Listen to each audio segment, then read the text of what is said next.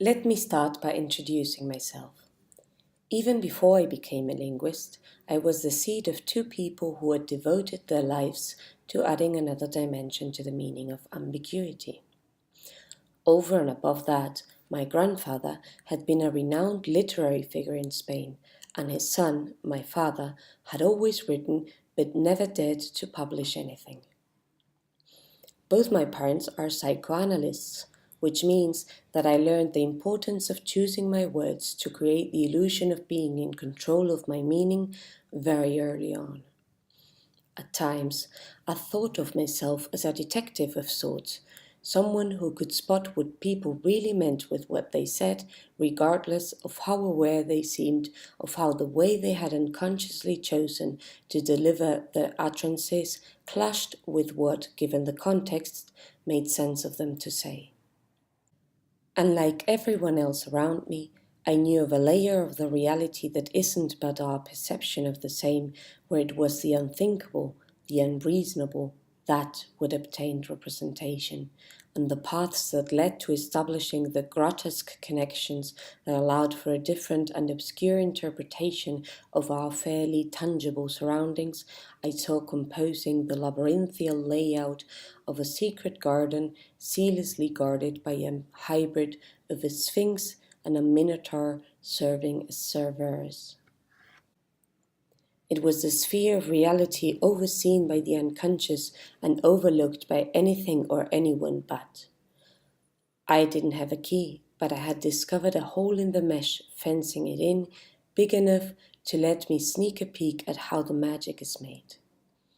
Trust me, its convoluted nature doesn't surely get to overshadow that of the neural networks.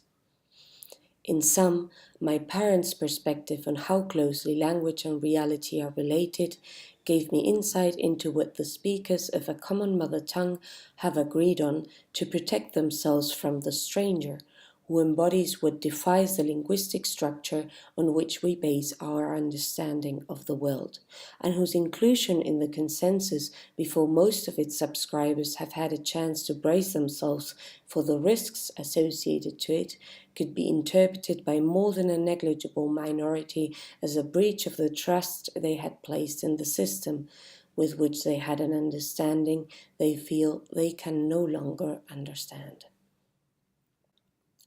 And hence, I thought of turning that early ability of mine to my advantage, one that I was to regard later on in life as a rather precarious one.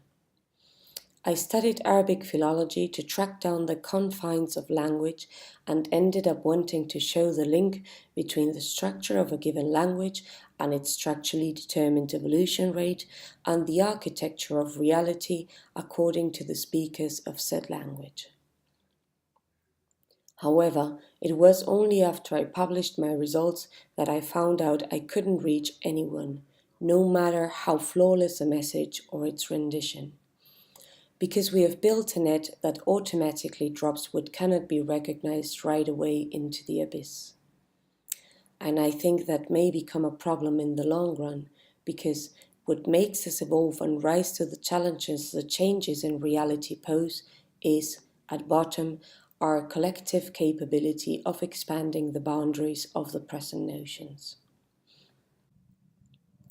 That's why today I'm so proud to introduce Pragmatrix, that, despite carrying a subtitle that seems to promise a revelation that might usher in a new era, is only a system I've built to, for the time being, establish a correlation on the one hand between the type of discourse a text belongs to and its morphological and syntactical anatomy, and on the other, between the probability an Amazon review has of being rated as helpful and the extent to which it shares characteristics with pieces retrieved from online repositories of literature. I have cast ambiguity in a starring role because I firmly believe that literature, which is the field where we allow ourselves to play with language and let it mean something we didn't know we meant, is slowly fading into oblivion,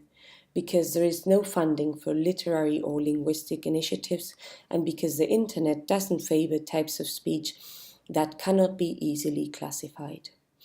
And since the machine will never be fully able to recognize a composition that isn't meant to defy the previous binary logic,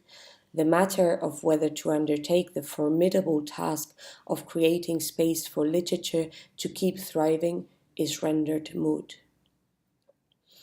I reckon that, while we still got the chance, we should take some time to acknowledge what we might end up having to forfeit to become a global technological society, at least at the current rate of our goals pursued.